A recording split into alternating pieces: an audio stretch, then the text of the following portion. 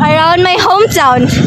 From the sweet treats and faith of the rhythm of the sea, let's find out what makes this town rich on cultural and tradition. Tara na!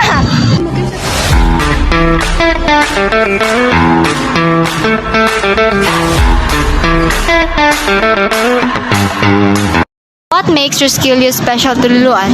Rosquillos are special in Liloan because they make town's identity traditional and pride. Okay, thank you. More than just a snack, Rosquillos are a cultural symbol, a connection to heritage and pride, passed from generation to the next. This devotion brings people together from novenas and processions to the lively gatherings. It's a time to reflect, pray, and celebrate our shared faith.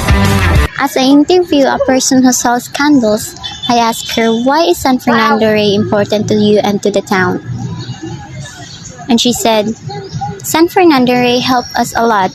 Selling candles here has become our main source of daily income. And through him, we receive help in times of problems and hardships. Religious practices like this serve as powerful symbols.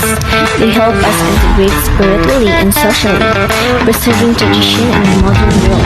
Living by the sea, many families in Liloan rely on fishing. It's their way of life. It's a connection that comes with the sea and the values that come with it.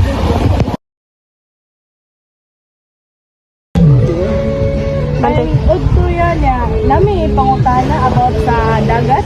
Also yung mga tuot-o ninyo mga sundan kung before mo maato sa dagat or mag-fishing mo. Kalian ka na, ito na magdagat, hindi ka magkabay-taba, kaya naman kayo tawag dagat ay nagsuyo. Sige, salamat sa